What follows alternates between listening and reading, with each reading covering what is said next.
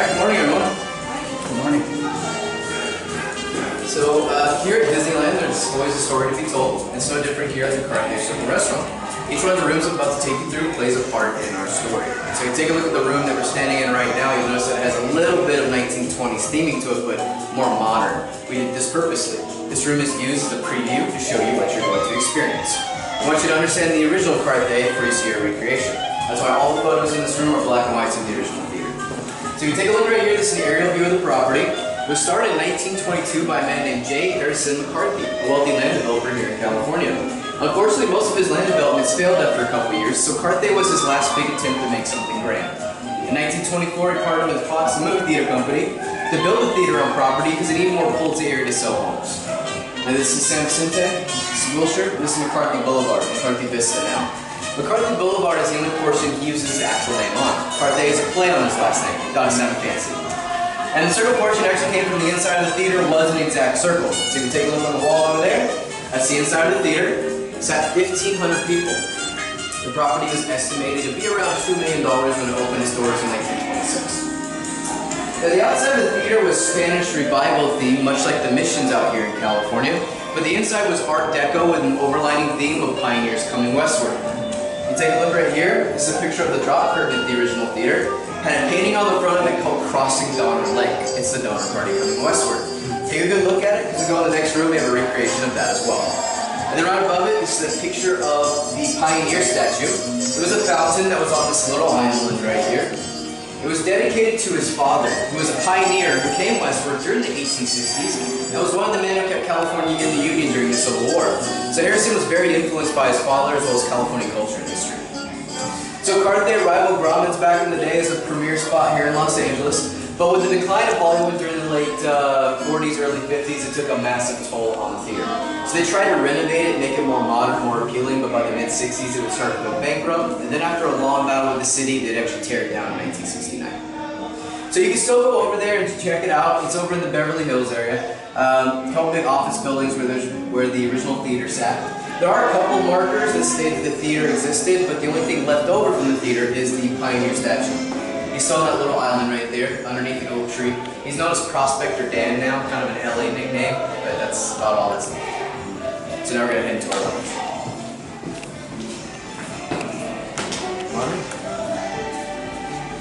Thank you.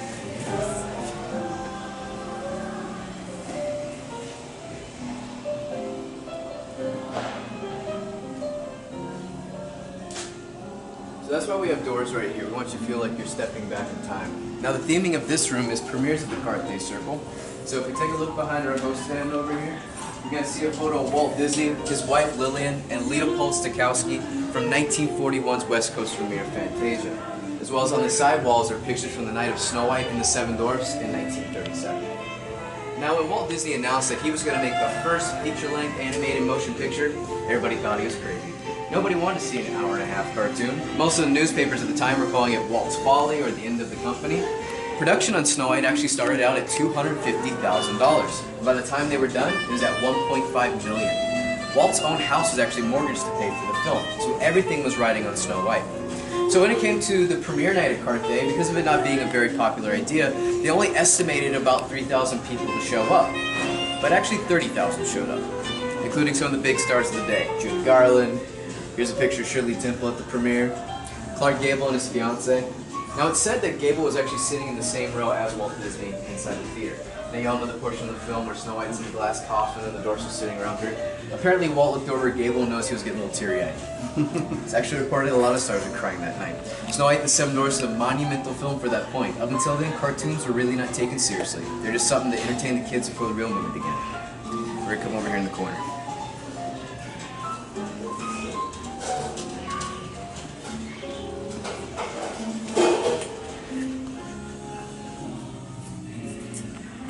So over here we do have some more premiere photos. The Miss Carthay pageant from 1927, only lasted 1 year. Another one from Fantasia, some Russian dancers from the opening of the theater.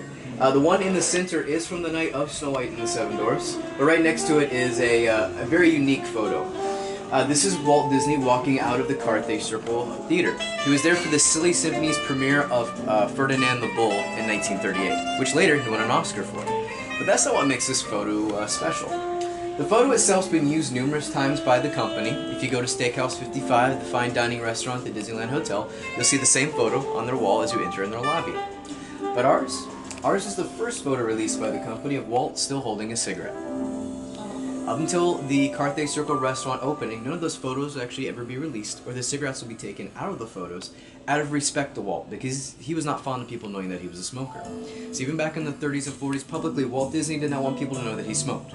So this same photo over at Steakhouse, he's just kind of doing this. The cigarette's just not there. Now, if you come to Disney parks a lot, you'll notice as cast members we have a Disney point. Does anyone know what the Disney point is? So when you're out in the park today, just ask a cast member where a certain attraction is and they're going to direct you like this. So it's 2 fingers. Okay? So the way we explain it to our guests nowadays is that there are some cultures out there who find offense to someone pointing with 1 finger. This is true, but the origin of it actually goes back to Walt. We have lots of photos of him showing dignitaries and celebrities around Disneyland pointing out things. Well, in the photos, we would actually just remove the cigarette from his fingers, creating the Disney point. When we decided to build Carthay Circle here at Disney's California Adventure, ran into a big problem. There are many photos of the outside of the original theater, but not many of the Art Deco series of the inside. So these are some of those rare photos that we found at the Los Angeles Library. So you can see the stamp off in the bottom corner. So you can tell from the lanterns, the Indian paintings, the style of the carpet, these are all what helped us to recreate. Right, this one.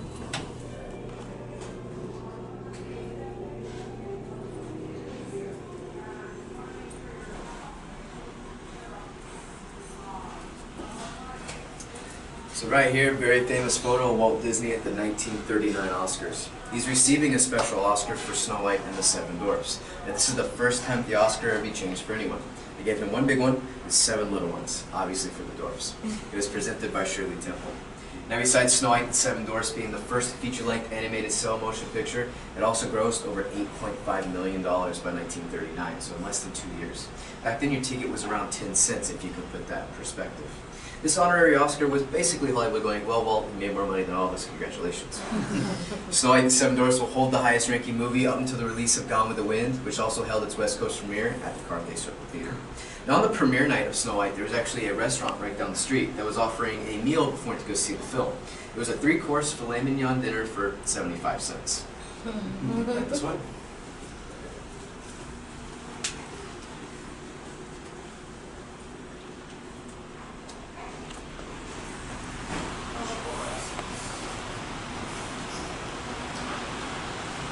Alright, welcome to the main dining room. Now when you walk in here, I want you to feel like you're walking into the theater itself. So you take a look at the kitchen window, it's shaped like a movie screen. As well as all the seating in this room is very wide open. We did this purposely. A lot of restaurants in Hollywood actually have wide open sections where they see their stars. If you see the dining experience. Take a look at the wood grain of these tables right here. You may notice something a little odd. Does anybody see?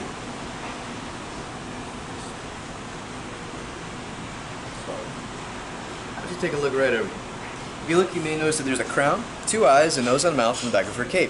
It's the evil queen from Snow White and the 7 Dwarfs. She's all over the circular tables in this room.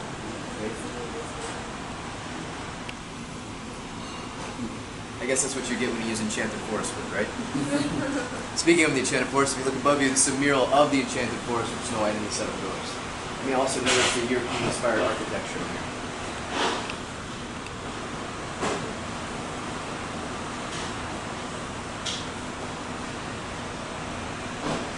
Can you tell me what type of flower this is?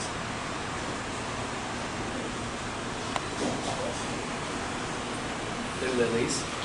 So we use lilies inside the Carthay, upstairs and downstairs year-round, as a tribute to Lily and Disney, Walt Disney's wife. This one.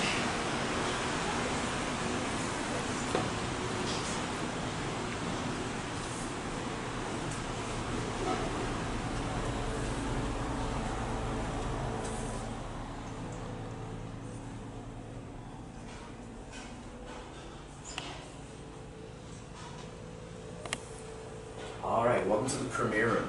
Now, there's 3 great things about this room. Number 1, it has doors, so it's your own private room.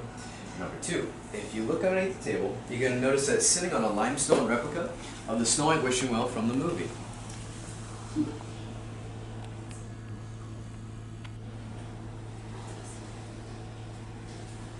And number 3, on the wall over here, at the top is the first published photo of Walt and Mickey, and at the bottom is the last published photo of Walt and Mickey. On the other side, you can see a photo of Walt Disney when he came to California in 1923. And if you take a look at that building behind him, that's actually a garage. That's his Uncle Robert's garage. That's where Walt and Roy founded the Disney Bros studio out of 92 years ago this year. Now what's fun is about 6 blocks that way off of Euclid is the Stanley Ranch, the Garden Grove Historical Society. They actually purchased that garage back in the 80s when the owner was doing a renovation of the property. So now you can go over there and see the spot where Walt and Roy started it all. Now this room sits 10 to 12 comfortably.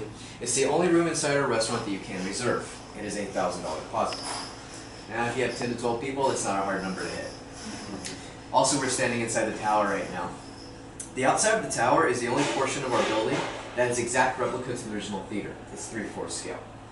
Now if we come over here, look out this window right here. You can see all the way down Buena Vista Street, the top of the train station at Disneyland, and the top of the castle. We are aligned exactly with Sleeping Beauty's castle in Disneyland because we are the castle of Disney's California Adventure.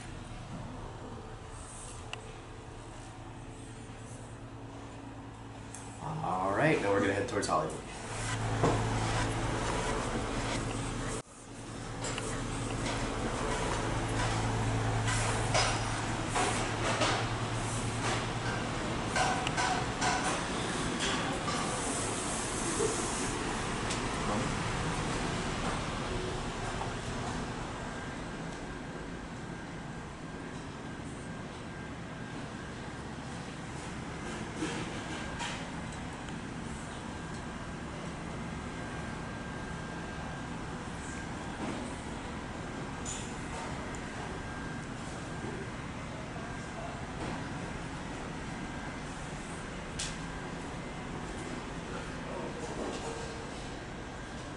Welcome to the Hollywood room. Now to finish the story, you've seen the preview, you've been to the premiere, you come upstairs inside the theater. Now this room is themed to the accomplishment. These are Disney people winning their Oscars. So you take a look over there, you see Walt Disney, Julie Andrews, over here Phil Collins. Now can anybody guess how many Oscars Walt Disney won in his lifetime? There's actually 2 answers left. 1 or 8. 26 is the correct answer. Now Walt Disney is the highest Oscar winner of all time. No one has ever come close. The runner-up has 8, and that's another Disney artist, Alan Menken. He's managed all the music for Little Mermaid, Aladdin, Beauty and the Beast. Now, the second answer is 33. Dave Smith, the founder of the archives in the company, likes to add the extra 7 off the Snowy Oscar. But the Oscar's only counted as 1 honorary Oscar. But it's up to you which number you'd like to go. If you follow me, you're going to head towards the hall.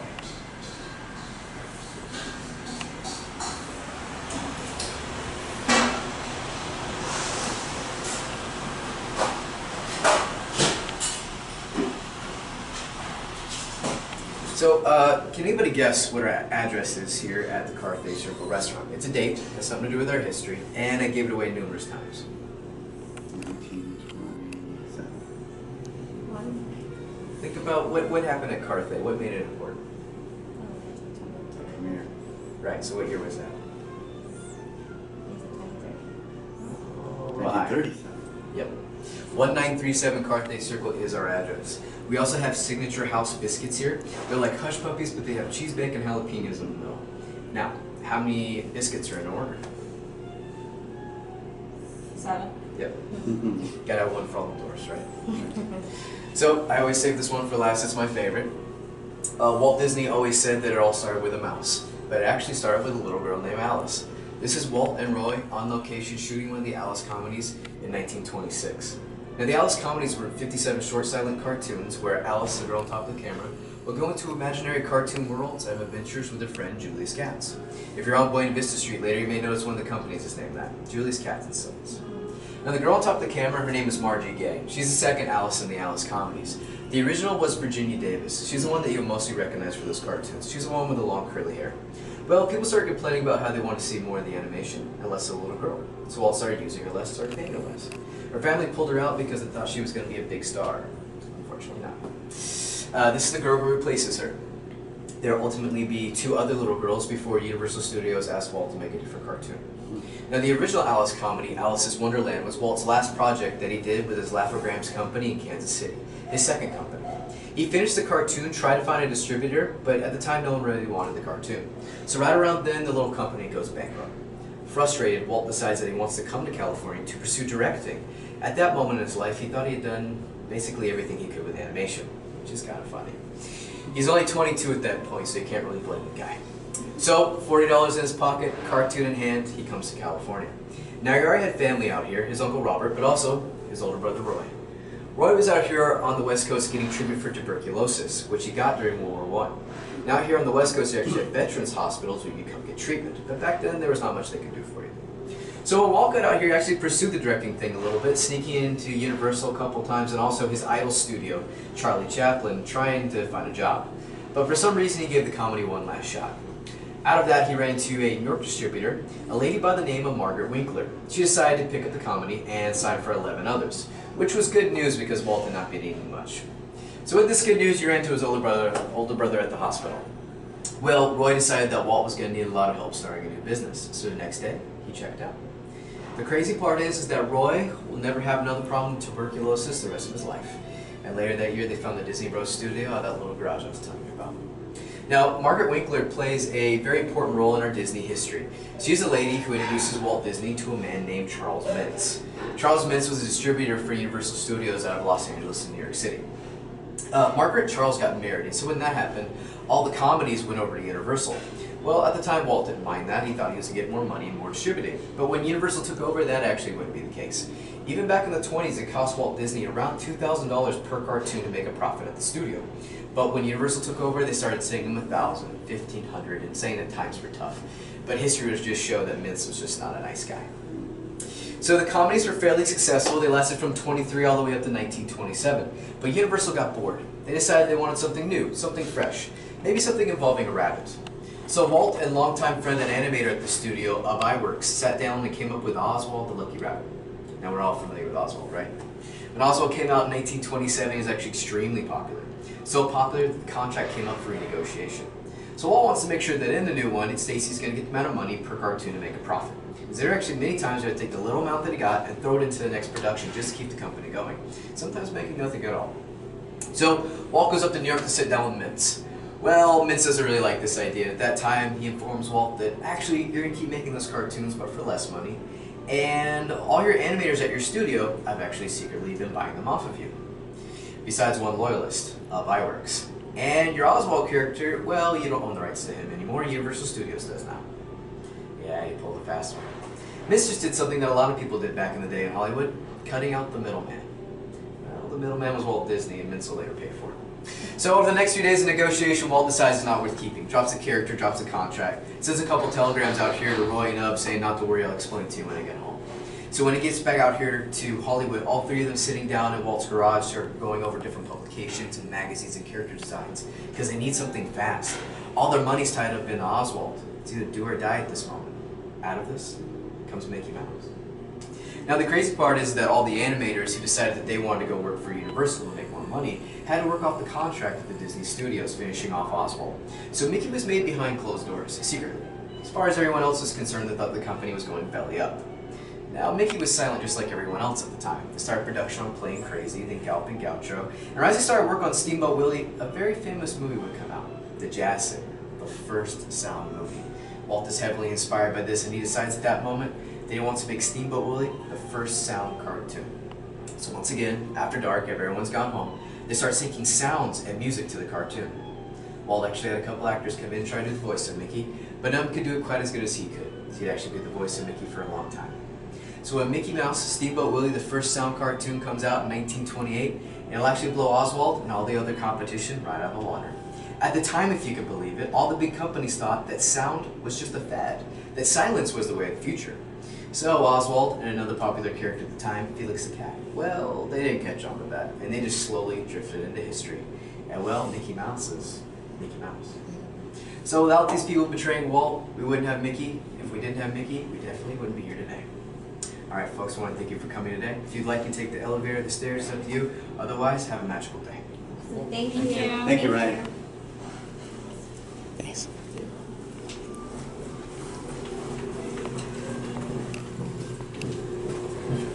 Are the diamonds in the chandelier in there also original 60th? Yeah. Any diamonds? Those are all. Those looked a little more like